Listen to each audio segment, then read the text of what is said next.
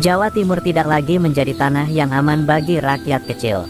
Setiap sudut kota, dari gang-gang sempit di Surabaya hingga pasar tradisional di Banyuwangi, dikuasai oleh satu nama yang ditakuti, Tarman Gondrong. Dengan rambut panjang yang selalu dikuncir ke belakang dan tatapan tajam penuh kebengisan, Tarman telah membangun kerajaannya sendiri. Ia bukan sekadar preman biasa, ia adalah penguasa bayangan yang mengendalikan perjudian, narkoba, dan pemerasan. Bagi mereka yang berani menentangnya, hanya ada dua pilihan, tunduk atau mati. Malam itu, di sebuah warung kopi kecil di pinggiran Malang, seorang pemuda bernama Wanto berlari ketakutan. Nafasnya memburu, tubuhnya gemetar. Ia baru saja menolak membayar uang keamanan kepada anak buah Tarman. Hasilnya, dua orang bertubuh kekar mengikutinya di kegelapan malam. "Jangan lari, bocah. Kau pikir bisa kabur dari kami?" Suara berat salah satu preman menggema di gang sempit. Wanto mencoba bersembunyi di balik tumpukan karung, tetapi sia-sia. Tangan kasar itu mencengkeram lehernya, lalu tinju keras mendarat di perutnya. Jeritan Wanto hanya menggema sebentar sebelum semuanya menjadi gelap. Di Surabaya, seorang pengusaha kecil bernama Pak Haris juga menjadi korban. Warung sembakonya telah bertahun-tahun menjadi target pemerasan. Setiap bulan, anak buah Tarman datang meminta iuran, jumlahnya terus meningkat. Kali ini, Pak Haris menolak. "Saya sudah tidak punya uang lebih. Tolonglah, beri saya waktu," katanya memohon. Namun, seorang pria bertubuh besar hanya tertawa dingin, lalu meraih sebotol minyak tanah dan menyiram rak dagangan. "Kalau tak bisa bayar, jangan dagang di kota ini," katanya sebelum melemparkan korek api. Dalam hitungan detik, warung yang telah dibangun puluhan tahun itu terbakar habis, meninggalkan asap pekat yang membubung ke langit malam. Keresahan mulai menyebar. Para warga mengadu ke kepolisian, tetapi jawaban yang mereka dapat hanya hening. Beberapa petugas sudah lama berada di bawah kendali Tarman. Mereka yang mencoba bertindak, seperti seorang perwira muda bernama Letnan Fajar, justru mendapat ancaman. Suatu malam, Fajar mendapati motor pribadinya telah terbakar di depan rumah dinasnya, dengan secarik kertas bertuliskan, "Jangan sok jagoan kalau ingin tetap hidup." Fajar tahu, ini adalah peringatan. Di Banyuwangi, Tarman tidak hanya menguasai dunia kriminal, tetapi juga memiliki hubungan erat dengan para dukun sakti. Salah satunya adalah Ki Sungkowo, seorang lelaki tua bermata tajam yang dipercaya mampu memberikan kekebalan pada tubuh anak buah Tarman. Dalam sebuah ritual rahasia di tengah hutan, mereka merapal mantra, membakar dupa, dan melumuri tubuh mereka dengan minyak mistis. "Selama kau berada di bawah perlindungan ilmu ini, tidak ada peluru yang bisa menembus kulitmu," bisik Ki Sungkowo kepada Tarman. Ini membuatnya semakin tak tersentuh, semakin berani. Kegelisahan warga akhirnya sampai ke telinga seorang wartawan investigasi bernama Reno Santoso. Dengan tekad bulat, ia menyelidiki jaringan Tarman dan mencoba mengumpulkan bukti. Namun, saat baru saja menulis laporan pertama, ia menerima telepon misterius. "Berhenti sekarang juga, atau kau akan menghilang seperti yang lain." Suara itu dingin dan tak beremosi. Reno menelan ludah, tetapi ia tahu tugasnya belum selesai. Di Jakarta, laporan demi laporan mulai menumpuk di meja Presiden Prabowo. Ia membaca dengan wajah serius, matanya menyipit tajam. Tak perlu waktu lama bagi sang presiden untuk mengambil keputusan. Dengan suara penuh wibawa, ia berkata kepada para jenderalnya, "Kita tidak bisa membiarkan premanisme menguasai negeri ini. Kita harus bersihkan Jawa Timur, apapun risikonya." Langit mendung menyelimuti ibu kota, seolah menjadi pertanda akan datangnya badai besar. Operasi pembersihan baru saja dimulai. Ruangan rapat di Istana Merdeka terasa mencekam. Presiden Prabowo duduk di ujung meja panjang, tatapannya tajam menyapu para jenderal dan kepala intelijen yang hadir. Di hadapannya, setumpuk dokumen kasus kekerasan, pemerasan, dan pembunuhan yang dilakukan oleh Tarman Gondrong dan kelompoknya di Jawa Timur. Dengan suara tegas, ia membuka pertemuan, "Kita tidak bisa membiarkan negeri ini dikendalikan oleh preman. Jawa Timur harus dibersihkan." Jenderal Wisnu, Panglima TNI yang dikenal tegas, mengetuk meja dengan geram. Tarman bukan sekadar preman jalanan. Dia punya jaringan luas, persenjataan, dan bahkan dukungan dari beberapa pejabat korup. Jika kita bertindak tanpa strategi, ini bisa berubah jadi perang jalanan. Presiden Prabowo mengangguk pelan, lalu memandang ke arah Kepala BIN, Brigjen Sandi. yang sejak tadi diam memperhatikan dokumen. Kita perlu informasi lebih dalam. Saya ingin tahu semua pergerakan Tarman, lokasi persembunyiannya, siapa saja yang melindunginya. Sementara itu, di Jawa Timur, situasi semakin memburuk. Preman-preman Tarman semakin berani. Mereka menyerang seorang wartawan investigasi, Reno Santoso, yang mencoba membongkar kejahatan mereka. Reno diculik dari rumahnya dan ditemukan keesokan harinya di pinggir sungai, tubuhnya penuh luka dan tulang rusuknya patah. Sebuah pesan tertulis di dinding rumahnya, "Jangan coba-coba melawan kami." Insiden ini mengguncang masyarakat. Rakyat mulai kehilangan harapan, takut berbicara, takut melawan. Di tengah kegelapan itu, ada secercah cahaya. Seorang perwira muda bernama Mayor Arya ditunjuk untuk memimpin operasi rahasia melawan geng Tarman. Mayor Arya adalah prajurit tempur terbaik, berpengalaman dalam operasi khusus. Ia tidak hanya ahli dalam strategi militer, tetapi juga memiliki naluri tajam dalam membongkar jaringan kriminal. Ketika ia mendapat perintah langsung dari Presiden Prabowo, ia hanya menjawab dengan suara lantang, "Siap, Bapak Presiden. Saya akan pastikan Jawa Timur bersih dari teror mereka." Operasi ini tidak akan mudah. Tarman dan anak buahnya memiliki pengaruh yang kuat, bahkan di kalangan aparat. Banyak polisi lokal yang telah disuap, membuat informasi sering bocor. Oleh karena itu, Presiden Prabowo memerintahkan pembentukan Satuan Khusus Raja Wali, tim gabungan TNI dan Polri yang berisi prajurit terbaik. Mereka bergerak dalam bayang-bayang, tanpa banyak publikasi, tetapi dengan satu tujuan, menumpas Tarman dan seluruh jaringannya hingga ke akar. Dari tempat persembunyiannya di Banyuwangi, Tarman Gondrong mendengar kabar tentang operasi yang mulai digerakkan dari Jakarta. Ia hanya tertawa sinis, lalu membuang puntung rokoknya ke lantai. "Presiden bisa kirim tentara atau polisi sebanyak yang dia mau," katanya kepada anak buahnya.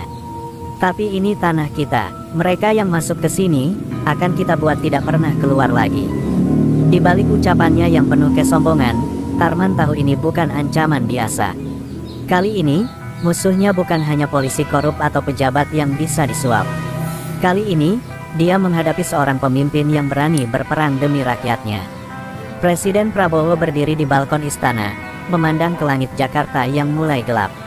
Di dalam hatinya, ia tahu bahwa ini bukan sekadar operasi militer. Ini adalah perang untuk merebut kembali kepercayaan rakyat.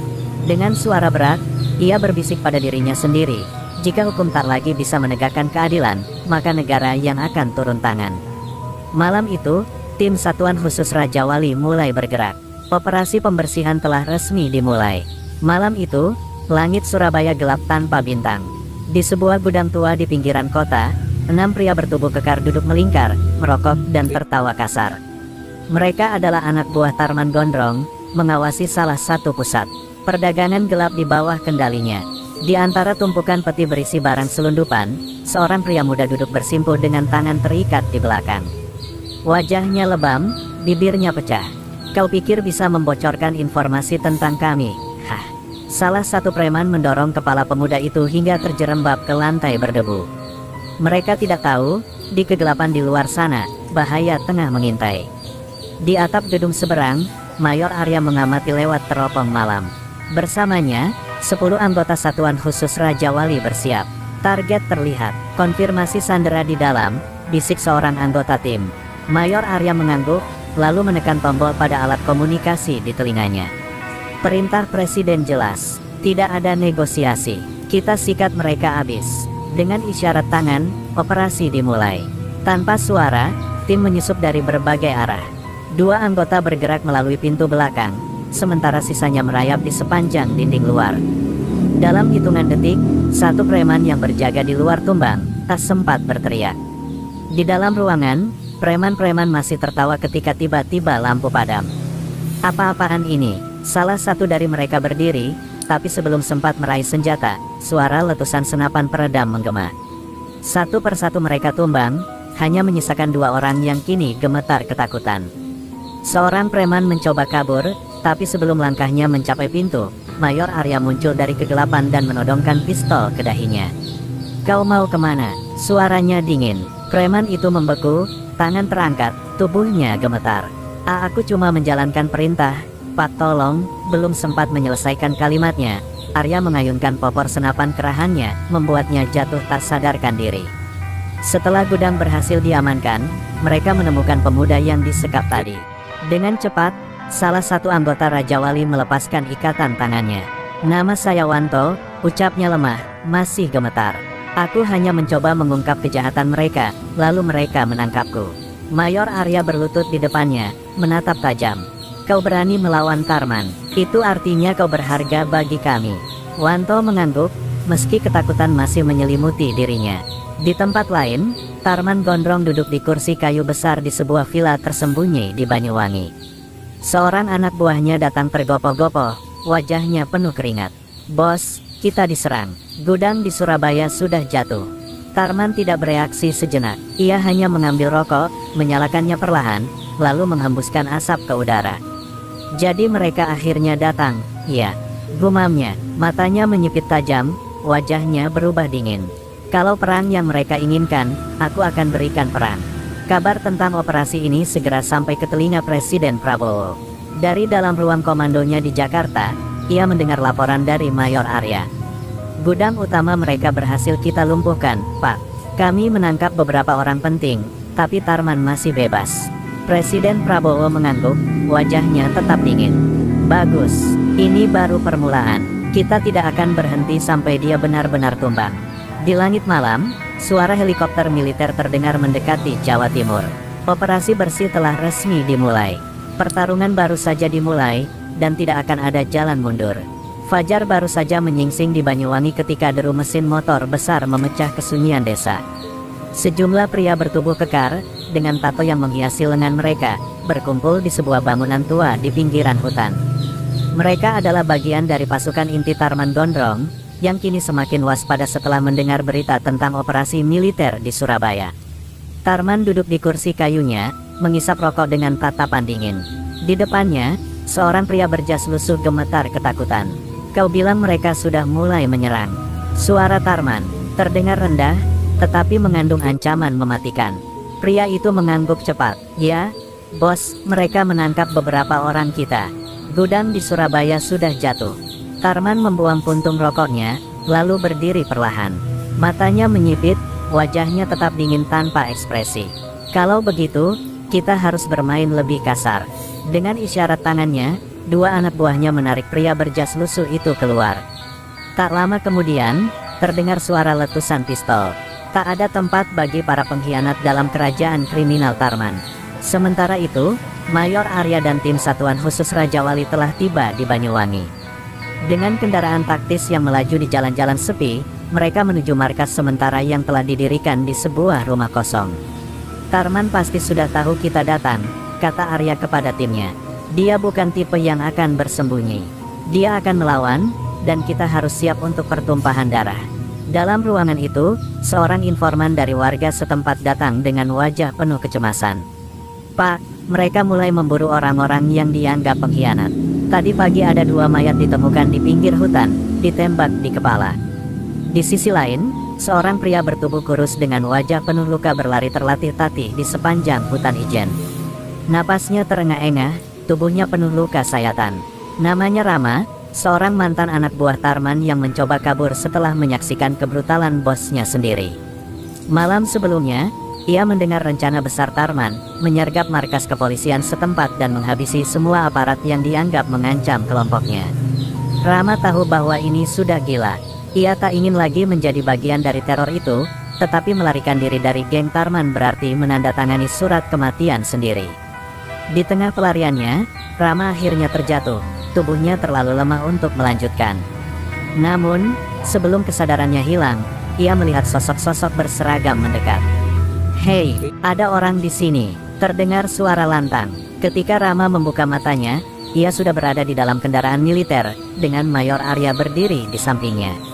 "Siapa kau?" tanya Arya tegas. Rama menelan ludah, lalu dengan suara serak berbisik, "Saya tahu di mana Tarman bersembunyi, tapi kalian harus cepat. Dia sudah merencanakan serangan besar."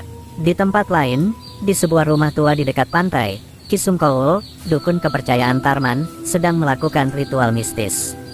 Asap dupa mengepul ke udara, sementara suara mantra bergema dalam bahasa yang sulit dimengerti.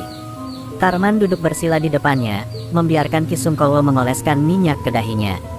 Tidak ada peluru yang akan bisa menembus tubuhmu, kata sang dukun. Ilmu ini akan melindungimu dari kematian. Tarman tersenyum dingin, matanya berkilat penuh keyakinan. Kalau begitu, biarkan mereka datang. Aku akan menunjukkan pada Presiden Prabowo bahwa aku bukan musuh yang bisa dikalahkan begitu saja. Di langit Banyuwangi, helikopter tempur mulai berputar-putar, mengawasi pergerakan musuh. Satuan khusus Raja Wali telah bersiap. Perang melawan Tarman Gondrong telah mencapai titik kritis. Malam turun dengan kelam di Banyuwangi. Hujan gerimis membasahi jalanan sempit, menciptakan genangan yang memantulkan cahaya lampu jalan yang kemaram. Di sebuah rumah tua di pinggiran kota, Mayor Arya berdiri di depan peta besar yang terbentang di meja kayu. Di sekelilingnya, anggota Satuan Khusus Raja Wali bersiaga, menunggu perintah. Informan kita sudah mengonfirmasi, kata Arya sambil menunjuk satu titik merah di peta. Markas utama Tarman berada di sebuah desa terpencil dekat hutan. Mereka menyebutnya Kota Bayangan, tempat yang bahkan aparat lokal takut untuk masuk. Di sudut ruangan, Rama, mantan anak buah Tarman yang berhasil melarikan diri, duduk dengan wajah pucat. Mereka punya senjata lengkap, puluhan orang bersenjata AK-47 dan pistol otomatis. Tapi yang lebih mengerikan adalah, mereka percaya mereka kebal. Suasana ruangan hening seketika. Mayor Arya menghela napas panjang, lalu mengangkat kepalanya. Tidak ada manusia yang benar-benar kebal, katanya dingin. Mereka hanya belum bertemu dengan peluru yang tepat. Di dalam Kota Bayangan, Tarman Gondrong berdiri di tengah bangunan utama yang menyerupai benteng. Anak buahnya berkumpul, siap tempur. Di depannya, Ki Sungkowo, dukun sakti yang selalu menemaninya, menyelesaikan ritual terakhirnya. Kau sekarang telah dilindungi, katanya seraya mengoleskan minyak kemenyan ke dada Tarman. Tidak ada peluru yang bisa menembus tubuhmu. Tarman tersenyum puas, lalu melangkah ke depan pasukannya. Dengar, anak-anak, teriaknya. Mereka pikir mereka bisa datang ke tanah kita dan menghabisi kita begitu saja. Tunjukkan bahwa mereka salah. Suara sorak-sorai bergemuruh di udara. Namun, mereka tidak tahu bahwa malam ini bukan seperti malam-malam sebelumnya. Di kejauhan, suara dengungan halus mulai terdengar. Tanpa mereka sadari, drone militer telah mengudara, mengirimkan siaran langsung ke markas Satuan Raja Wali. Target terkunci. Suara operator terdengar di radio Mayor Arya. Arya mengangguk. Baik, kita mulai.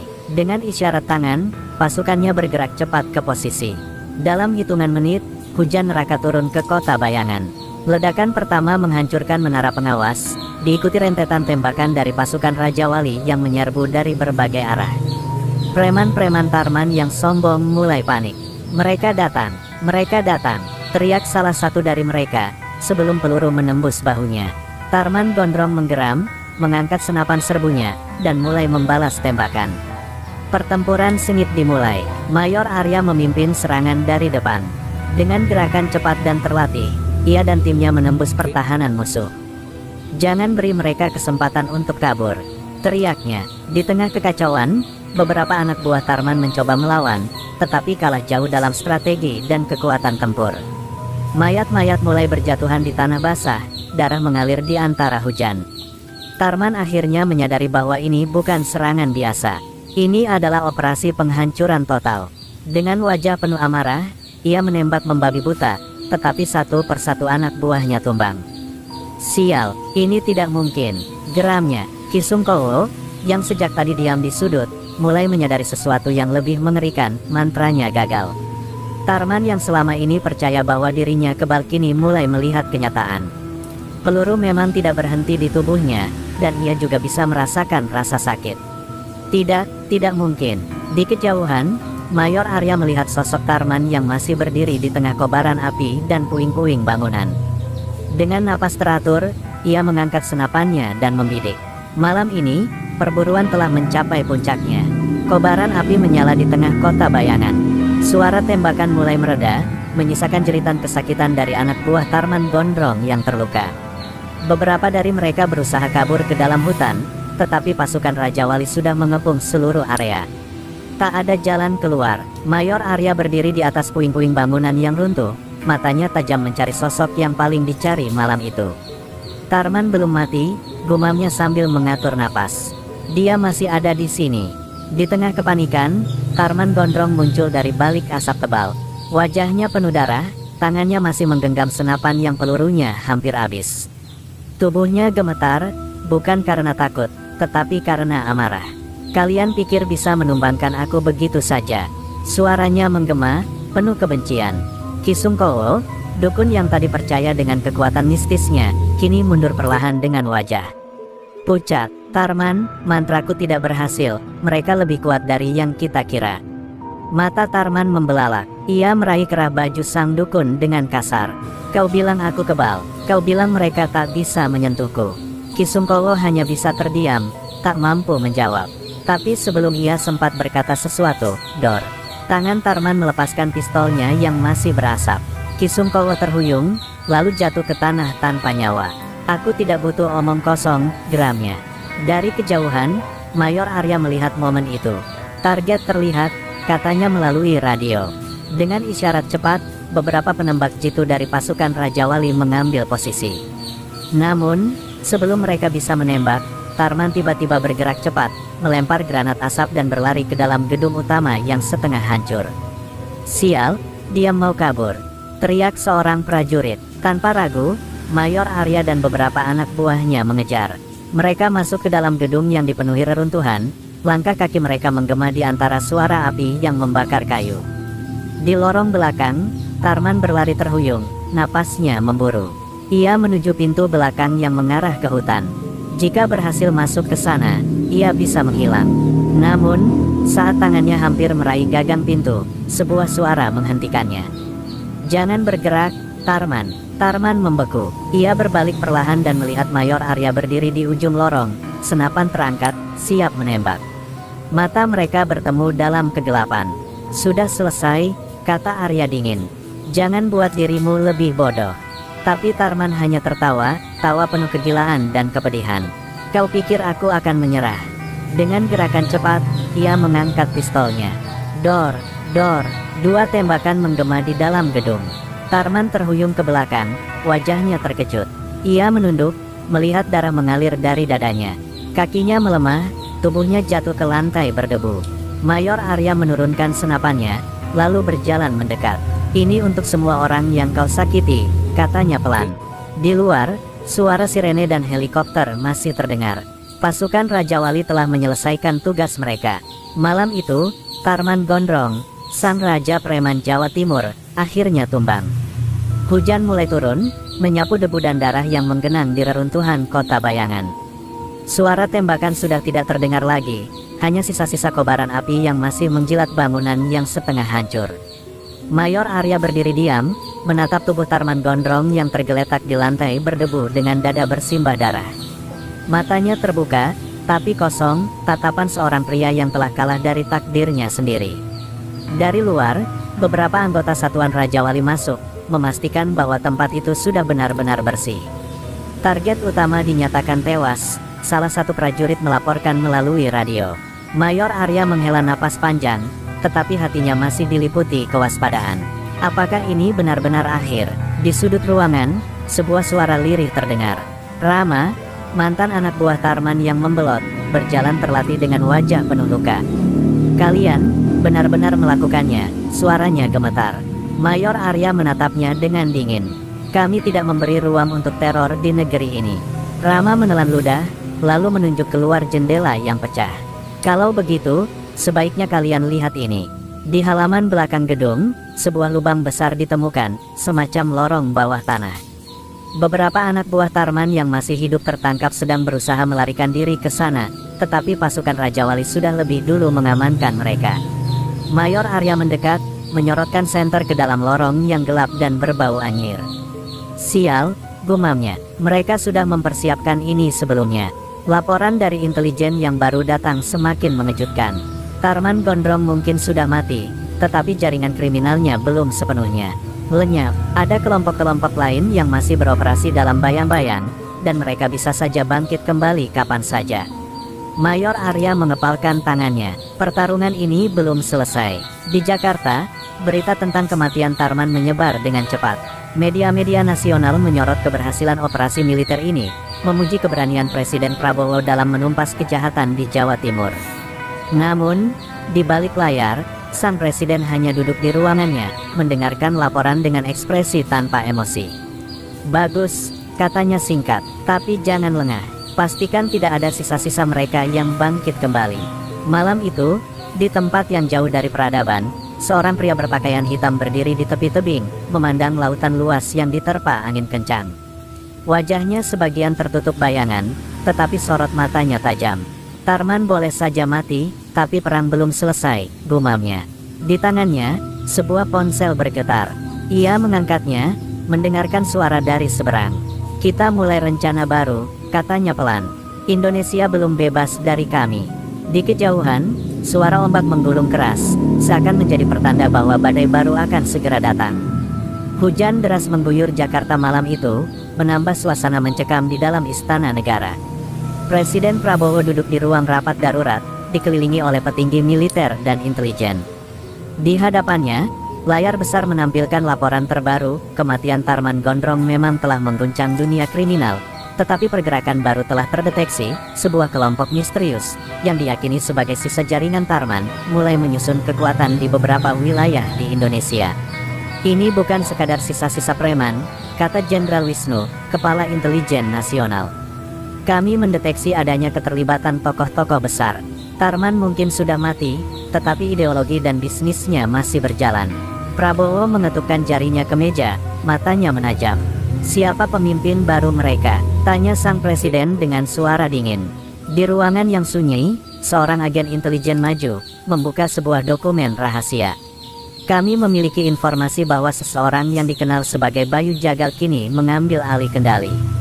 Tidak ada banyak data tentangnya, tetapi menurut sumber kami, dia adalah mantan eksekutor bayangan Tarman.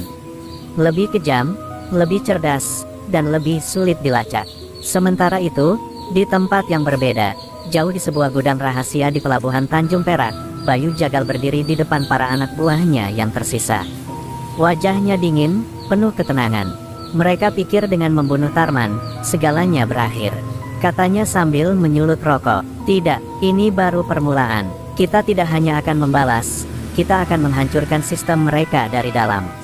Para pria bersenjata di hadapannya mengangguk, siap menjalankan perintah. Di Banyuwangi, Mayor Arya dan pasukan Raja Wali masih melakukan operasi pembersihan. Namun, semakin dalam mereka menyelidiki, semakin banyak kejanggalan yang ditemukan. "Tarman menyimpan sesuatu yang lebih besar di sini," kata Arya sambil membaca dokumen yang ditemukan dari bunker bawah tanah kota Bayangan. Salah satu prajuritnya mengangguk, dan seseorang sedang berusaha melanjutkan rencananya.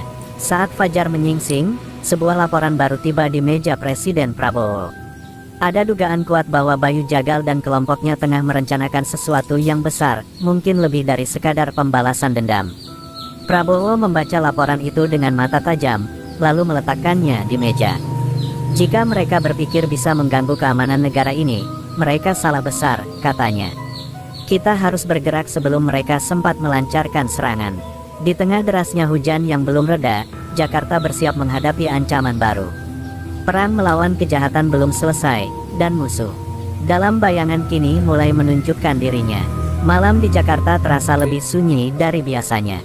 Di tengah kegelapan, sebuah truk box melaju perlahan ke arah lapangan Banteng, lokasi yang hanya berjarak beberapa kilometer dari pusat istana negara. Sopir truk, seorang pria bertubuh kekar dengan tato di lehernya, sesekali melirik ke kaca spion. Di belakangnya, 3 pria bersenjata duduk diam, wajah mereka tertutup masker hitam. Misi mereka jelas, menghancurkan pusat kota sebagai tanda dimulainya era baru teror. Di dalam istana negara, Presiden Prabowo masih berada di ruang rapat bersama para petinggi militer. Laporan tentang Bayu Jagal semakin mengkhawatirkan. "Kami telah mendeteksi pergerakan aneh di sekitar Jakarta," kata Jenderal Wisnu, menampilkan citra satelit di layar. "Ada konvoi kendaraan mencurigakan yang bergerak menuju pusat kota. Bisa jadi ini bagian dari rencana besar mereka." Prabowo menyipitkan mata. "Perintahkan pasukan untuk siaga penuh. Saya tidak ingin ada celah bagi mereka untuk bertindak." Di sudut lain kota, Mayor Arya sedang dalam perjalanan bersama satuan Raja Wali. Mereka baru saja tiba di Jakarta setelah pembersihan di Banyuwangi. Namun, belum sempat beristirahat, perintah baru sudah menanti. Ada ancaman besar, kata suara di radio militer mereka. Kemungkinan serangan akan terjadi dalam hitungan jam. Kalian harus bergerak sekarang. Arya menggenggam senjatanya erat. Bayu Jagal bukan sekadar preman biasa, dia adalah eksekutor bayangan yang tak mengenal belas kasihan.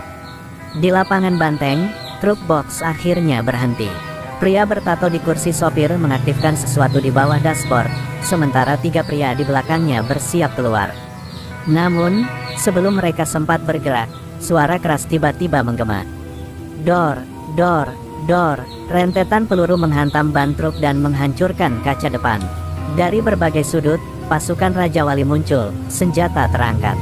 Turun sekarang atau kami tembak, teriak Mayor Arya. Para teroris panik. Salah satu dari mereka mencoba menekan tombol di tangannya, pemicu bom yang sudah dipasang di dalam truk. Namun, sebelum sempat menekannya, peluru dari sniper menembus kepalanya, membuat tubuhnya jatuh seketika. Sial, sopir truk berteriak, mencoba kabur. Tapi pasukan Raja Wali lebih cepat. Dalam hitungan detik, mereka berhasil melumpuhkan seluruh tim teroris. Bom berhasil diamankan. Jakarta selamat malam itu. Di tempat lain, Bayu Jagal duduk di sebuah ruangan gelap, menatap layar monitor yang menampilkan kekacauan di lapangan banteng. Misinya telah gagal, rahangnya mengatup keras, matanya menyala penuh amarah. Mereka lebih cepat dari yang kukira, gumamnya. Lalu, ia mengambil ponsel dan menghubungi seseorang. Rencana pertama gagal, kita beralih ke rencana kedua. Target berikutnya, seseorang yang jauh lebih besar. Di Istana Negara, Presiden Prabowo mendengar laporan keberhasilan Satuan Raja Wali. Namun, alih-alih merasa lega, ia justru semakin waspada. Bayu Jagal tidak akan berhenti di sini. Perang belum selesai, dan ancaman kini semakin dekat ke pusat kekuasaan. Mereka tidak hanya ingin membalas dendam, mereka ingin menggulingkan pemerintahan. Pagi itu, Istana Negara tampak lebih gelap dari biasanya. Tidak ada sinar matahari yang berhasil menembus kabut tebal yang melingkupi Jakarta. Presiden Prabowo berdiri di balkon, memandang kota yang tampak sepi. Namun, ketenangan itu hanyalah permukaan dari gejolak yang sedang terjadi di bawah. Informasi terbaru yang diterima menyatakan bahwa Bayu Jagal telah menyiapkan serangan yang lebih besar dan lebih rapi. Rencana mereka tidak lagi sekadar mengintimidasi, tapi untuk meruntuhkan stabilitas negara. Di ruang rapat darurat, Prabowo memimpin pertemuan dengan para petinggi militer dan intelijen. Kita tahu mereka tidak akan berhenti di sini. Ini sudah lebih dari sekadar teror biasa. Bayu Jagal ingin menggulingkan kita, ujar Jenderal Wisnu. Suara tegasnya mengisi ruang tersebut. Kami mendeteksi adanya pergerakan aneh di sekitar kantor-kantor pemerintah. Mereka pasti sedang mengumpulkan kekuatan. Mayor Arya, yang baru saja tiba di Jakarta setelah menyelesaikan operasi di Banyuwangi, menatap layar dengan serius. Kami menemukan beberapa titik yang perlu dipantau. Beberapa gedung dan fasilitas vital sedang dalam ancaman. Mereka pasti sudah menyiapkan sesuatu di luar dugaan kita. Prabowo mengangguk pelan, matanya tajam menatap peta situasi. Kita tidak bisa memberi mereka kesempatan. Mobilisasi pasukan segera, jangan beri mereka celah. Sementara itu, di balik bayang-bayang, Bayu Jagal berdiri di atas gedung tinggi di Jakarta, memandang kota yang kini menjadi medan perang. Di hadapannya, para perwiranya bersiap. Mereka pikir mereka bisa menghentikan kita dengan mudah. Tanyanya dengan senyum mengerikan. Kita akan membuat mereka menyesal telah menganggap remeh kita. Saat ini, mereka akan tahu siapa yang benar-benar mengendalikan kota ini. Dengan isyarat tangan, Bayu Jagal memerintahkan timnya untuk bergerak. Satu persatu, gedung-gedung strategis di Jakarta mulai dipenuhi dengan pasukan bersenjata. Namun, kali ini, mereka tidak hanya membawa senjata api, bom-bom kecil telah dipasang di berbagai titik penting yang dapat melumpuhkan sistem komunikasi dan infrastruktur kota. Rencana mereka adalah menciptakan kekacauan total, mengalihkan perhatian pasukan dan membuka jalan untuk menggulingkan pemerintahan. Di Istana Negara, suasana tegang semakin terasa. Tiba-tiba, layar monitor milik Satuan Raja Wali menunjukkan indikasi yang lebih buruk. Ada ledakan di beberapa titik vital, teriak seorang anggota tim intelijen. Komunikasi di seluruh kota terputus. Sebagian besar sistem transportasi lumpuh. Prabowo menatap layar dengan tajam, seolah tak percaya dengan apa yang baru saja terjadi. Mereka menyerang kita dari dalam. Ini lebih dari sekadar kelompok teroris. Segera koordinasikan dengan semua pasukan. Jangan biarkan satupun teroris meloloskan diri, perintah Prabowo. Suaranya bergetar karena amarah. Namun, di balik ketegasan itu, ada kegelisahan yang mendalam. Bayu Jagal, dengan segala kecerdikan dan kekejamannya, telah berhasil menembus pertahanan mereka. Jakarta, yang selalu dianggap aman dan terkendali, kini berada di ambang kehancuran. Di luar istana, Mayor Arya memimpin serangan balasan. Ia tahu bahwa serangan ini bukan hanya ujian bagi pasukannya, tapi juga bagi seluruh negara. Bayu Jagal tidak hanya menyerang fisik, tetapi juga ingin merobohkan semangat perjuangan yang telah dibangun selama ini. Kita harus melawan ini habis-habisan, katanya pada timnya. Jika kita gagal, negara ini bisa jatuh dalam satu malam. Pagi hari itu, Jakarta tidak lagi tampak seperti ibu kota yang megah dan penuh semangat. Gedung-gedung pencakar langit yang biasanya berdiri tegak, kini dipenuhi bayangan gelap, tertutupi oleh asap dan debu dari ledakan yang terjadi sepanjang malam. Bayu Jagal telah membuat langkah besar dalam mengguncang kestabilan kota, dan dengan rencana cermatnya, ia mengubah Jakarta menjadi medan pertempuran. Keamanan nasional, yang sebelumnya terlihat tak tergoyahkan, kini terancam runtuh. Di dalam istana negara, Presiden Prabowo tidak bisa lagi duduk tenang. Layar-layar di ruang operasional menunjukkan banyak titik merah, tempat-tempat yang telah diserang dengan bom atau sabotase. Sistem komunikasi pemerintah terputus, dan kekacauan semakin membesar di seluruh kota. Kami telah kehilangan kendali atas sebagian besar kota, lapor Jenderal Wisnu, wajahnya terlihat lelah namun tegar. Pasukan militer yang kami kirimkan belum bisa menguasai situasi. Mayor Arya memimpin serangan balasan dari garis depan.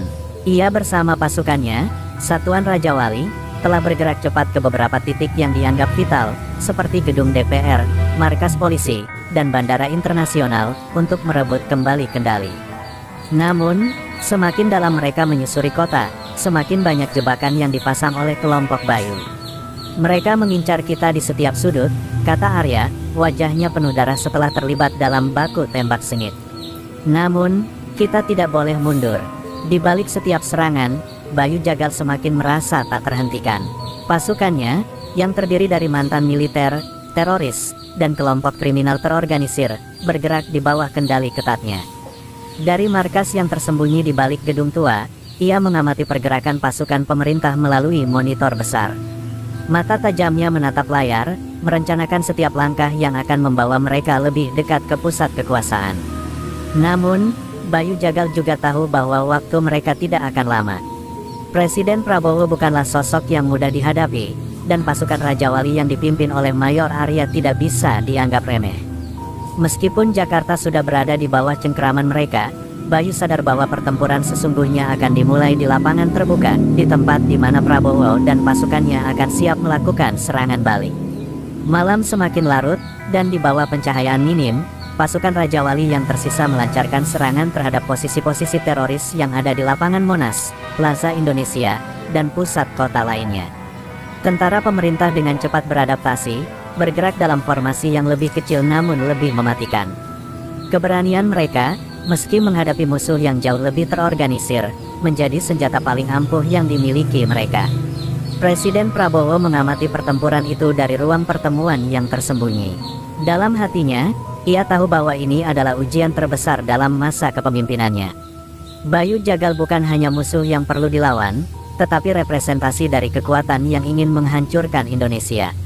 Namun, Prabowo tidak akan menyerah. Kita harus mengakhiri ini, atau kita akan kehilangan segalanya, tegasnya. Arahkan seluruh pasukan menuju titik serangan terakhir.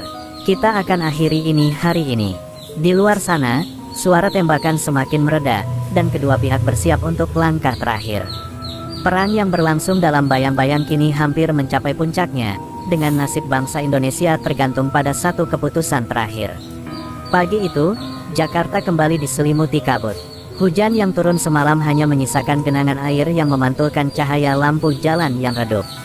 Di Istana Negara, suasana semakin tegang. Presiden Prabowo berdiri di depan jendela ruang kerjanya, matanya tajam memandang keluar, seolah menatap masa depan yang tak pasti. Di luar sana, pertempuran belum berakhir, meskipun laporan terbaru menunjukkan kemajuan signifikan dari pasukan pemerintah. Namun, Bayu Jagal dan kelompoknya masih tersebar, bersembunyi di sudut-sudut kota, merencanakan serangan balasan yang lebih besar. 2 jam lagi, kita akan sampai ke pusat kekuasaan mereka, kata Mayor Arya di hadapan Prabowo. Wajahnya penuh goresan, darah mengalir di pipinya, tapi semangatnya tidak pudar. Kami telah berhasil menyisir banyak titik, namun Bayu Jagal masih memiliki cadangan pasukan. Kami harus bersiap menghadapi serangan besar. Prabowo mengangguk pelan, mata tajamnya mengamati peta di layar. Kita tidak bisa memberi mereka kesempatan untuk melarikan diri. Jika mereka punya 1 langkah lebih jauh, kita semua bisa kalah. Di sisi lain kota, Bayu Jagal menatap panorama Jakarta yang rusak dari sebuah bangunan tinggi. Taktiknya telah mengacaukan kota, namun ia tahu bahwa untuk menggulingkan Prabowo, ia harus berhadapan langsung dengan orang yang mengendalikan negeri ini. Kematian Tarman Gondrong telah membangkitkan semangatnya, dan ia percaya bahwa kemenangan kini ada di tangan mereka. Semua pasukan bergerak ke titik serangan utama. Kita hancurkan pemerintah hari ini, perintahnya dengan suara penuh keyakinan.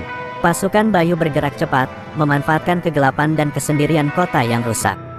Mereka mengincar istana negara, sumber kekuatan Presiden Prabowo. Bom-bom telah dipasang di beberapa titik strategis di sekitar gedung, dan para penyerang bersiap-siap untuk menghadapi pasukan pemerintah yang mungkin sudah siaga. Namun, Bayu tahu bahwa hari ini adalah pertarungan penentu.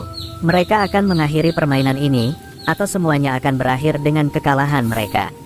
Namun, di dalam istana negara, Prabowo sudah tahu bahwa ini adalah saat-saat terakhir. Ia bersama para pembantunya mempersiapkan serangan balik besar. Kami harus bersiap menghadapi mereka dalam pertempuran terakhir, kata Prabowo dengan suara tenang namun tegas. Bayu Jagal dan kelompoknya tak akan bisa meloloskan diri. Kami harus menghancurkan jantung mereka. Mayor Arya memimpin serangan balasan yang dimulai dengan serangan udara dan pergerakan darat.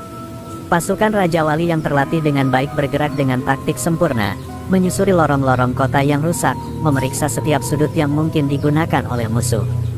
Kita tidak akan memberi mereka ruang untuk bernafas, ujar Arya, matanya berkaca-kaca karena kelelahan, namun semangat juangnya masih menyala. Ini perang terakhir. Namun, ketika pasukan Raja Wali hampir mencapai pusat kota, ledakan besar mengguncang jalan utama. Bom besar yang dipasang di bawah tanah meledak, menghancurkan beberapa kendaraan dan menewaskan beberapa pasukan. Bayu Jagal yang mengamati melalui layar besar di markas bawah tanahnya tersenyum puas. Sekarang, saatnya kita tunjukkan siapa yang sebenarnya mengendalikan Indonesia, katanya, lalu memberi isyarat untuk maju. 2 pasukan itu, kini terlibat dalam pertempuran sengit di tengah jalan-jalan yang hancur dan gedung-gedung yang terbakar. Jakarta menjadi saksi dari perang besar yang menentukan nasib negara ini. Apakah Presiden Prabowo dan pasukan Raja Wali bisa mengalahkan Bayu Jagal yang semakin kuat, atau justru kekuasaan negara akan jatuh ke tangan mereka yang lebih kejam? Pertempuran ini bukan hanya sekedar soal senjata, tetapi juga tentang keberanian, keteguhan hati, dan masa depan bangsa. Malam itu, Jakarta seolah menahan napas. Ledakan besar di pusat kota yang baru saja mengguncang jalanan belum juga reda, tetapi pertempuran masih berlanjut dengan sengit. Di Istana Negara, Presiden Prabowo berdiri di hadapan layar monitor, tatapannya terfokus pada setiap pergerakan pasukan yang bertempur di luar sana. Di sekelilingnya, para ajudan dan petinggi militer bekerja keras menyusun strategi serangan terakhir. Kita hanya punya 1 kesempatan, ujar Prabowo dengan suara rendah, namun penuh tekad. Jika kita gagal, semuanya akan hancur. Mayor Arya memimpin pasukannya menyusuri jalan-jalan yang rusak, terlibat dalam baku tembak yang tak henti-hentinya. Pasukan Raja Wali yang setia padanya bergerak dengan disiplin yang luar biasa, meski banyak di antara mereka yang terluka. Tidak ada waktu untuk mundur, kata Arya dengan napas terengah-engah. Kita harus sampai ke jantung musuh, memutuskan kekuasaan mereka. Dengan semangat yang tak luntur, mereka melaju menuju pusat pertempuran, di mana Bayu Jagal dan kelompoknya masih bersembunyi. Di sisi lain kota, Bayu Jagal masih terus mengendalikan jalannya pertempuran. Meski telah kehilangan beberapa anggota terdekatnya, semangatnya tak pernah pudar. Taktiknya telah mengacaukan sebagian besar sistem pertahanan, dan ia merasa saatnya untuk melakukan pukulan terakhir. Dengan setiap gerakan, ia semakin dekat untuk meraih kemenangan. Mereka pikir mereka bisa menghentikan kita. kata Bayu dengan senyum sinis. Hari ini, mereka akan tahu siapa yang sebenarnya menguasai Indonesia. Namun, keberanian pasukan Raja Wali yang dipimpin oleh Mayor Arya bukanlah hal yang bisa dianggap remeh. Mereka terus bergerak dengan taktik tak terduga, menggempur titik-titik musuh yang belum terjangkau. Arya memimpin langsung pasukannya, membongkar satu persatu jebakan yang dipasang oleh musuh. Kita sudah dekat, satu langkah lagi dan kita akan menghancurkan mereka, teriak Arya dengan suara keras. Setiap langkahnya adalah pertaruhan, namun semangatnya untuk melindungi negara lebih besar dari rasa takut yang ada. Di pusat pertempuran antara pasukan Bayu Jagal dan satuan Raja Wali semakin dekat. Prabowo, yang memimpin dari jarak jauh, tahu bahwa ini adalah waktu yang menentukan. Keberhasilan atau kegagalan yang terjadi malam ini akan menjadi penentu bagi nasib Indonesia. Bayu Jagal yang semakin terdesak, meskipun dia sudah mempersiapkan serangan pamungkasnya, kini merasa ada sesuatu yang berbeda, kekalahan hampir terasa di ujung jari. Namun, ia bertekad untuk bertarung habis-habisan. Tiba-tiba, ledakan keras kembali mengguncang pusat kota. Bayu Jagal yang berdiri di depan layar, melotot marah saat menyaksikan pasukan Raja Wali mulai merangsek masuk ke markas besar mereka. Mereka tidak akan pernah berhenti, teriaknya. Sebuah bom besar dipicu, berusaha menghalangi pasukan pemerintah yang telah terlalu dekat. Namun, satuan Raja Wali dengan keberanian luar biasa berhasil menembus serangan itu, berlarian dengan cepat menyelamatkan diri dari ancaman ledakan. Di dalam istana, Prabowo yang menerima laporan langsung dari Mayor Arya merasa seakan ada beban besar yang terangkat dari pundaknya. Pasukan kita berhasil menembus pertahanan mereka, kata Jenderal Wisnu, matanya menyiratkan kegembiraan yang hati-hati. Namun Bayu Jagal belum menyerah. Ia masih menyimpan kartu terakhirnya. Perasaan khawatir mulai menyelimuti Prabowo. Walaupun mereka sudah berhasil memukul mundur musuh di banyak titik, masih ada satu pertarungan terakhir yang harus dimenangkan, pertempuran di hati dan pikiran setiap warga negara Indonesia. Pertempuran di lapangan terus berlangsung dengan sengit. Namun, ada satu hal yang pasti, Jakarta dan Indonesia tidak akan pernah sama lagi. Pada malam ini, nasib negara akan ditentukan oleh dua kekuatan besar yang saling bertempur tanpa ampun. Kekuasaan negara tergantung pada keberanian setiap prajurit yang berjuang, dan pada satu keputusan terakhir yang akan menentukan arah bangsa ini ke depan. Jakarta, yang sudah rusak parah, kini menjadi medan perang yang lebih sengit dari sebelumnya. Bayu Jagal yang sebelumnya merasa tak terkalahkan, kini mulai merasakan perubahan di garis depan. Pasukan Raja Wali yang dipimpin oleh Mayor Arya semakin mendekat, semakin menghimpit ruang geraknya. Di dalam markas rahasianya yang tersembunyi di bawah tanah, Bayu memandangi layar dengan cemas. Prabowo dan pasukannya hampir mencapai jantung kekuasaannya. Mereka terlalu dekat, bisiknya, wajahnya berubah tegang. Namun, Bayu masih memiliki satu kartu truf, bom nuklir kecil yang ia sembunyikan di salah satu titik strategis di pusat kota. Bom itu adalah ancaman terakhir yang ia miliki untuk mengguncang Indonesia. Sambil mengamati keadaan dengan seksama, ia tahu bahwa waktu terus berjalan, dan keputusan yang diambil dalam beberapa menit ke depan akan menentukan apakah ia akan memenangkan perang ini atau justru kehancuran yang menanti. Jika kita tidak menang sekarang, kita akan kehilangan segalanya, pikirnya. Di sisi lain, Presiden Prabowo kini semakin merasakan ketegangan. Dengan pasukan Raja Wali yang terus maju, ia tahu bahwa saatnya untuk melakukan langkah terakhir. Kami telah menyusup ke hampir seluruh markas Bayu, tapi ada sesuatu yang tidak kami ketahui, kata Jenderal Wisnu, menatap peta yang terus berubah. Bayu Jagal masih punya kekuatan tersembunyi. Kita harus menghadapinya dengan hati-hati. Prabowo, yang telah merasakan bahwa keberhasilan semakin dekat, tetap waspada. Beri peringatan kepada semua pasukan, siap siaga untuk kemungkinan terburuk, perintahnya tegas. Sementara itu, di markas Bayu Jagal, detik-detik yang menentukan semakin dekat.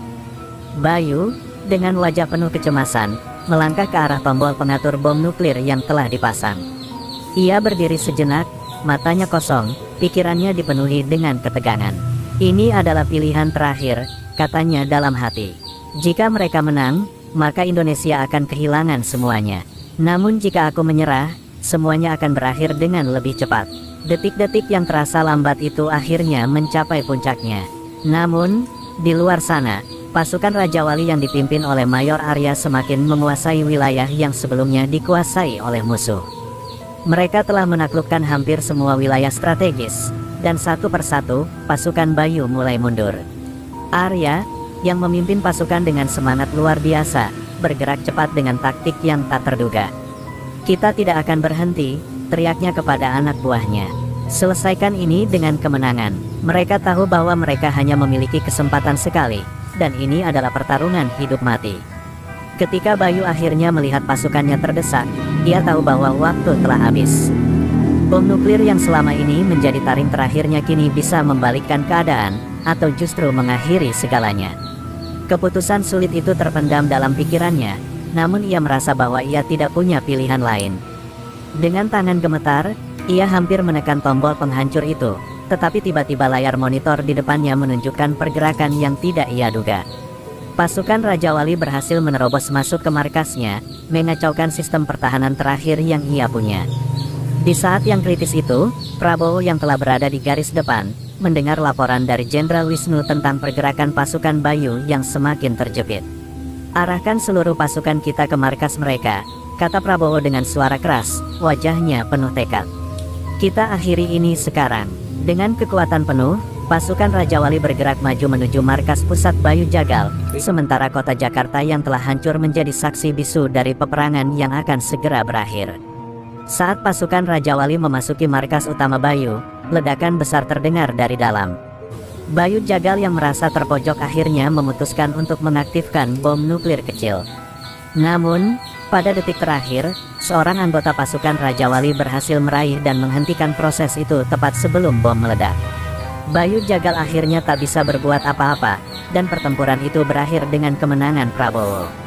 Namun, kehancuran yang ditinggalkan oleh peperangan ini akan memerlukan waktu yang lama untuk pulih, dan masa depan Indonesia kini berada di tangan mereka yang bertahan. Dunia terasa hening setelah ledakan terakhir yang mengguncang markas Bayu Jagal. Pasukan Raja Wali yang dipimpin oleh Mayor Arya berhasil menghentikan bom nuklir sebelum meledak, namun dengan biaya yang sangat besar. Beberapa prajurit terbaik mereka terjatuh dalam pertarungan terakhir ini. Jakarta, yang selama beberapa minggu telah menjadi medan peperangan, kini hampir hancur total. Prabowo berdiri di tengah reruntuhan Istana Negara, matanya memandang jauh ke arah kota yang porak-poranda, penuh dengan asap dan debu. Kemenangan ini terasa pahit. Ini adalah harga yang harus dibayar, kata Prabowo pelan, suara yang penuh dengan beban.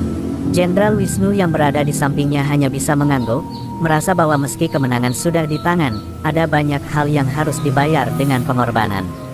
"Kita berhasil, Pak Presiden, namun banyak yang hilang." Keheningan menyelimuti mereka berdua, seolah tidak ada kata-kata yang bisa menggambarkan betapa dalamnya luka yang ditinggalkan oleh peperangan ini. Di seberang kota, di sebuah ruang bawah tanah yang hancur, Bayu Jagal yang terluka parah masih terbaring. Keputusannya untuk mengaktifkan bom nuklir pada detik terakhir telah menggagalkan misinya. Namun, ia merasa sedikit lega, meski kalah, ia berhasil membuat Prabowo dan pasukannya merasa terancam hingga akhir. Dengan tubuhnya yang berdarah dan lemah, Bayu mendekatkan dirinya ke jendela yang pecah, menatap langit yang gelap. "Mungkin ini adalah akhir dari perjalanan," gumamnya. "Tapi, aku telah membuat mereka merasakan ketakutannya." Sementara itu, di Istana Negara, Prabowo berdiri di atas panggung besar untuk menyampaikan pidato kemenangan. Namun, pidatonya bukanlah pidato yang membanggakan. "Kita telah menang, tetapi kita telah kehilangan lebih dari yang kita duga. Jakarta, Indonesia, telah dibayar dengan darah dan air mata."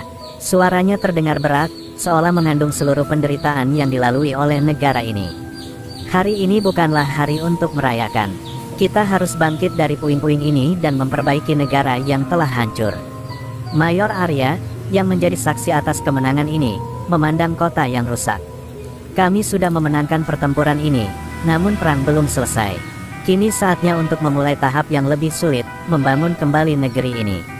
Ia berbalik, melihat prajurit-prajuritnya yang lelah namun masih berdiri tegak. "Kita adalah pahlawan yang akan dikenang, tapi kita juga adalah orang yang harus memperbaiki segala kerusakan yang telah terjadi." Pada saat yang sama, warga Jakarta mulai keluar dari persembunyian mereka. Banyak dari mereka yang terkejut dengan keadaan kota yang telah berubah total. Gedung-gedung tinggi yang dulu megah kini hanya tinggal puing-puing. Namun, di tengah kesulitan ini, mereka tahu bahwa mereka harus bangkit. Kehidupan baru harus dimulai, dan meskipun mereka kehilangan banyak hal, semangat untuk hidup kembali harus dipertahankan. Presiden Prabowo, yang kini harus memimpin negara dalam kondisi yang sangat sulit, tahu bahwa peperangan ini hanya permulaan. Kita harus menyatukan Indonesia yang sudah terpecah. Kita harus memulihkan kepercayaan rakyat dan memastikan bahwa tragedi ini tidak akan terulang, katanya. Prabowo merasa tanggung jawabnya semakin besar, dan meskipun ia telah memenangkan pertempuran, ia tahu bahwa perjuangannya baru saja dimulai. Ini adalah saatnya untuk memperbaiki negeri ini, untuk membangun kembali harapan yang telah hilang. Dengan penuh pengorbanan, Prabowo melangkah maju, bertekad untuk memimpin Indonesia yang baru, meskipun masih banyak tantangan yang menantinya. Bayu Jagal, meski kalah, telah meninggalkan jejak ketakutan dan kehancuran yang akan dikenang sepanjang masa. Jakarta, meski hancur, akan bangkit kembali dari reruntuhan. Namun, satu hal yang pasti, perang ini telah mengajarkan mereka semua tentang harga dari kekuasaan, keberanian, dan pengorbanan yang tak terhitung. Setahun telah berlalu sejak pertempuran besar itu. Jakarta masih berjuang untuk pulih dari kerusakan yang ditinggalkan oleh konflik tersebut.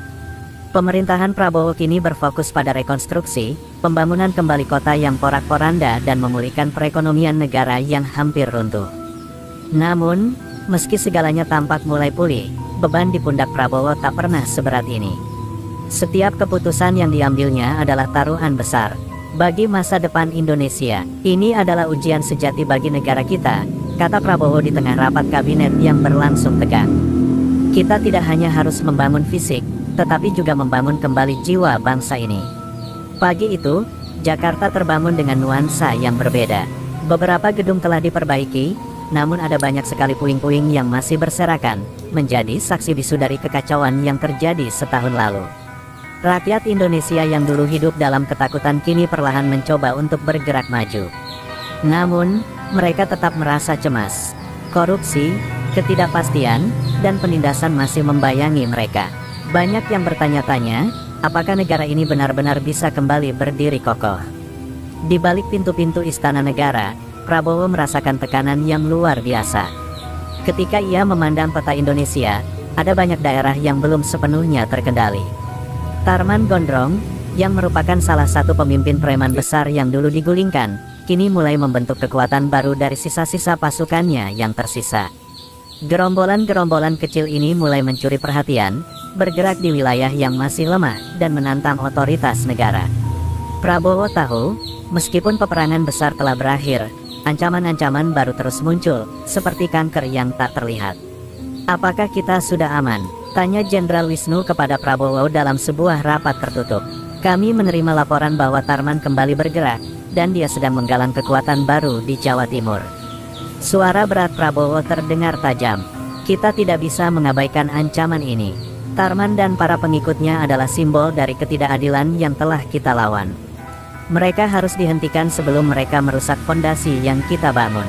Prabowo tahu, ini adalah peperangan yang harus diselesaikan sekali lagi. Sementara itu, di Jawa Timur, Tarman Gondrong yang dulu dikenal sebagai sosok yang mengendalikan wilayah dengan tangan besi, kini mulai mengorganisir kembali pasukannya. Setelah kekalahan besar, ia memilih untuk bersembunyi di balik bayang-bayang. Namun kini, keinginannya untuk membalas dendam semakin besar. Jika mereka pikir kita sudah selesai, maka mereka akan tahu bahwa kita baru saja memulai, kata Tarman dengan tawa sinis. Dengan sumber daya yang terbatas, ia mulai menarik perhatian para pengangguran, mantan anggota preman, dan bahkan beberapa pejabat lokal yang tergoda oleh kekuatan gelap yang ia tawarkan. Tarman tahu, untuk mengalahkan Prabowo dan pasukannya, ia harus menunggu waktu yang tepat. Ia memperlakukan perlawanan ini bukan hanya sebagai sebuah peperangan, tetapi juga sebagai permainan strategi yang penuh dengan tipu muslihat. Dengan dukungannya yang tersembunyi, ia memulai serangkaian tindakan teror untuk melemahkan moral pasukan pemerintah. Setiap serangan yang ia lakukan seakan menjadi pesan yang mengancam.